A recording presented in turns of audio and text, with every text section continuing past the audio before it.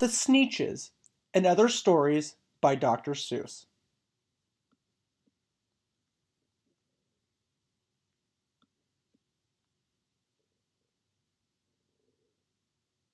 The Sneetches and Other Stories, written and illustrated by Dr. Seuss.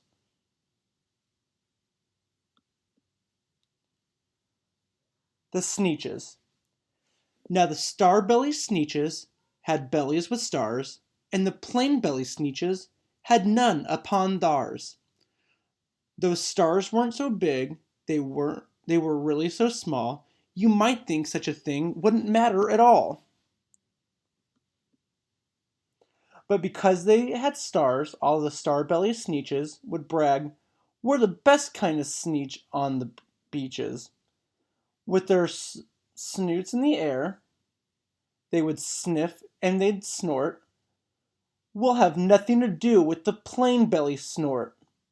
And whenever they met some, when they were when they were out walking, they'd hike right on past them without even talking. When the star-belly children went out to play ball, could a plain belly get in the game? Not at all. You only could play if your bellies had stars, and the plain belly children had none upon theirs.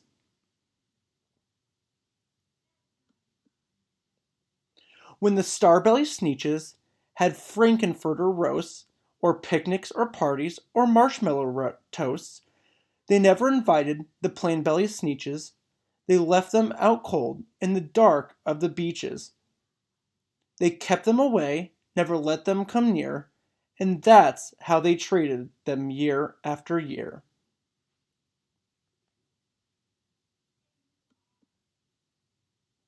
Then one day, it seems, while the plain belly Sneetches were out moping and doping alone on the beaches, just sitting there wishing their bellies had stars, a stranger zipped up in the strangest of cars.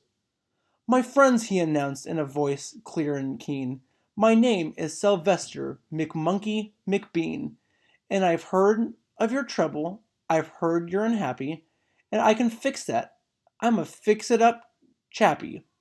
I've come here to help you, I have what you need, and my prices are low, and I work at great speed, and my work is 100% guaranteed."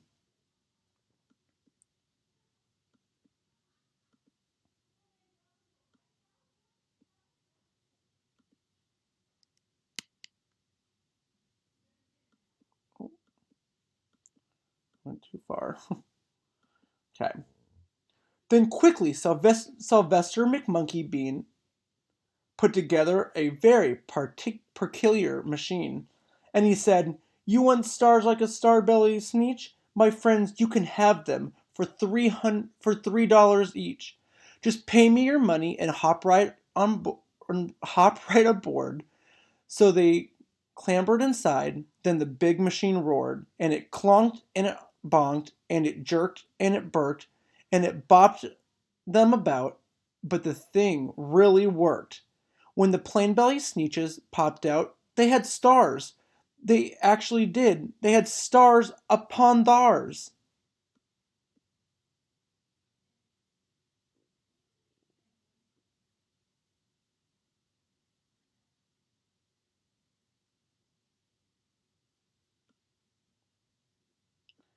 Then they yelled at the ones who had stars at the start. "We're exactly like you. You can't tell us apart. We're all just the same, now, you snooty old smarties. And now we can go to your Frankenfurter parties." "Oh, good grief. Good grief," groaned the ones who had stars at the first. "We're still the best Sneetches, and they are the worst. But now, how in the world will we know," they all frowned, "if which kind is what, or the other way round?" Then came McBean with a very sly wink, and he said, "Things are not quite as bad as you think. So you don't know who's who? That is perfectly true. But come with me, friends. Do you know what I'll do?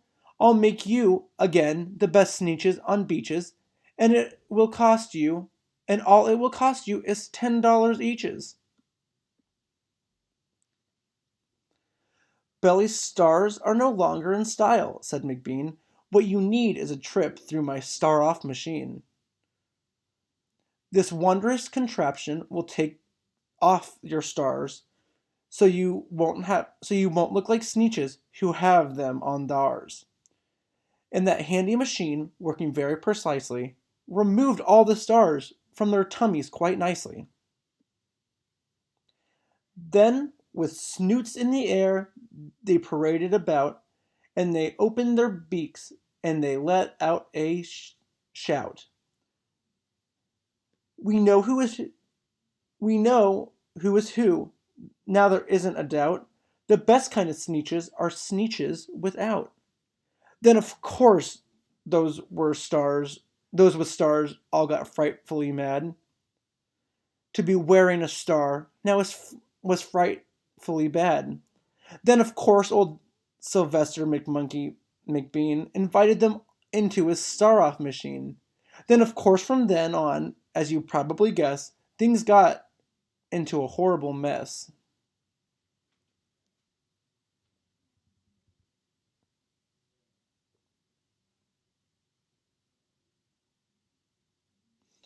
All the rest all the rest of that day and those screaming beaches, the fix-it-up chappie kept fixing up Sneetches, off again, on again, in again, out again. Through the machines they raced around and about through the machines they raced around and about again, changing their stars every minute or two. They kept paying money, they kept running through, until neither the plane nor the starbellies knew whether this one was that one, or that one was this one, or which one, or what one was who. And then, when the very last cent of their money was spent, the fix-it-up chappie packed up and he went. And he laughed as he drove in his car up the beach. They never will learn. No, you can't teach a Sneetch. But McBean was quite wrong. I'm quite happy to say that the Sneetches got really quite smart on that day. That day they decided that Sneetches are Sneetches, and no kind of Sneetch is the best on the beaches. That day all the Sneetches forgot about stars and whether they had one or not upon theirs. The Zacks. One day, making tracks in the prairie of Prax, came a north-going Zax and a south-going Zax.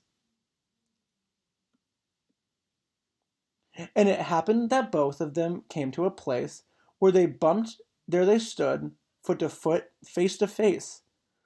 Look here, now, the north-going Zack said. I say, you are blocking my path. You are right in my way. I'm a north-going Zax, and I always go north. Get out of my way now, and let me go forth. Who's in whose way? Snapped the south-going Zax. I'm always, I always go south, making south-going tracks. You're in my way, and I ask you to move, and let me go south in my south-going groove. Then the north-going Zax pulled his chest up with pride. I never, he said, take a step to one side, and I'll prove to you that I won't change my ways if I have to keep standing here 59 days.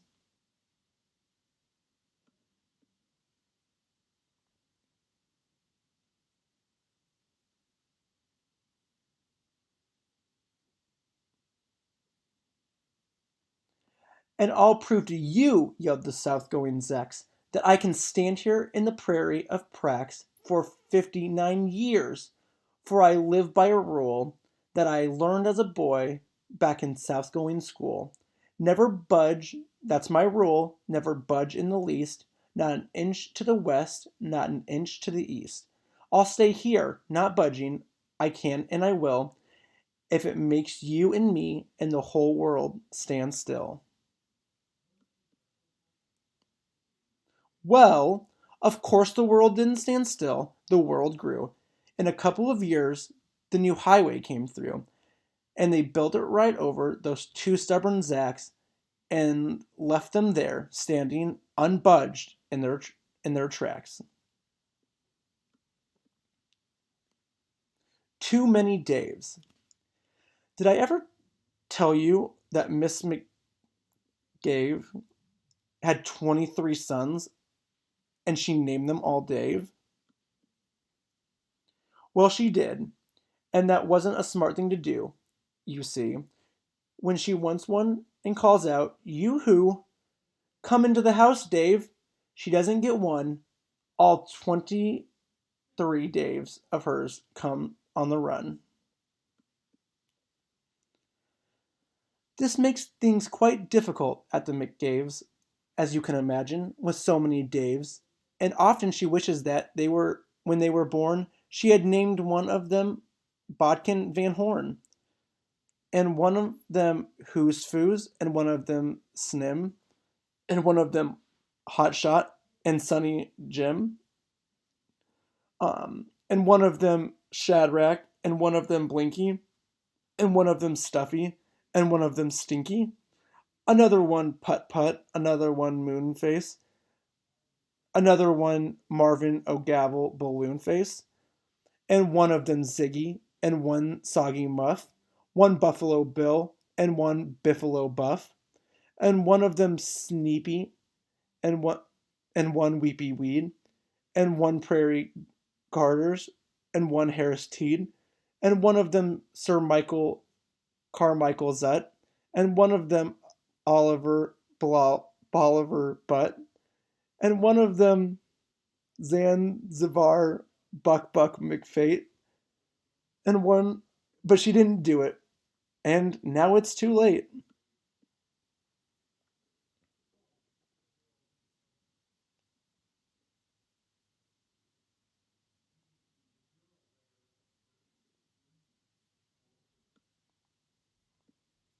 What was I scared of? Well, I was walking in the night, and I saw nothing scary, for I have never been afraid of anything, not very. Then I was deep within the woods when suddenly I spied them. I saw a pair of pale green pants with nobody inside them. I wasn't scared, but yet I stopped. What could those pants be for? What could a pair of pants at night be standing in the air for? And then they moved, those empty pants. They kind of started jumping, and then my heart, I must admit, it kind of started thumping. So I got out. I got out fast as I could go, sir. I wasn't scared, but pants like that I did not care for. No, sir. After that, a week went by.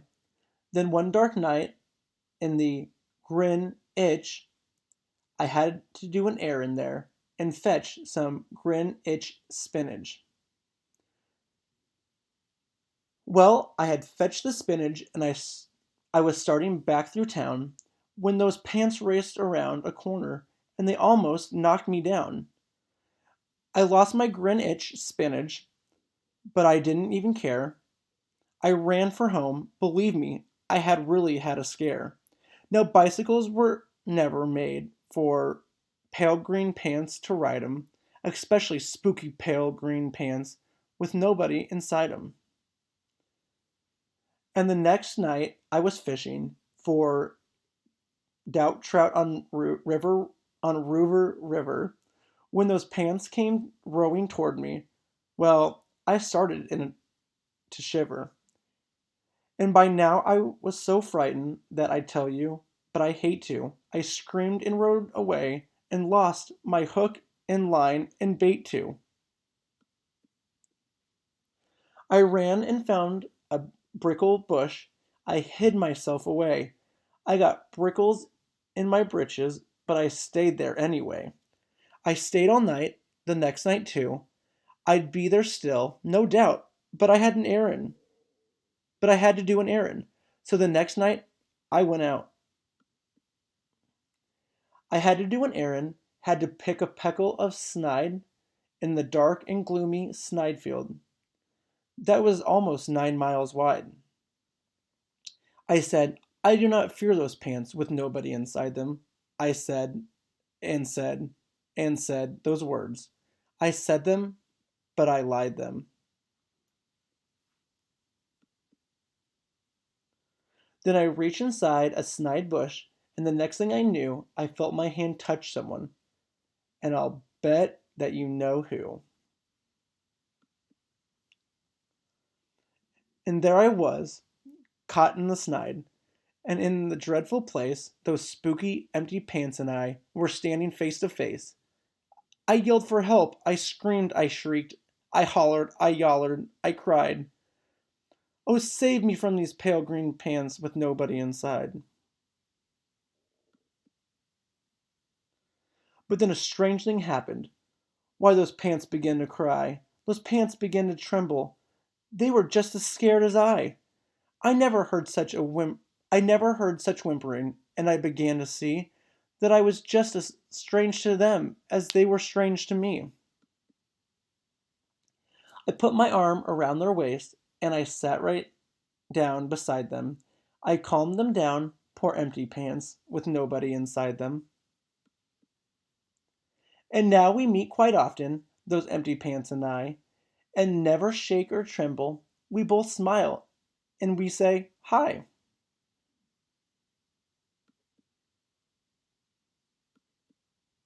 The end.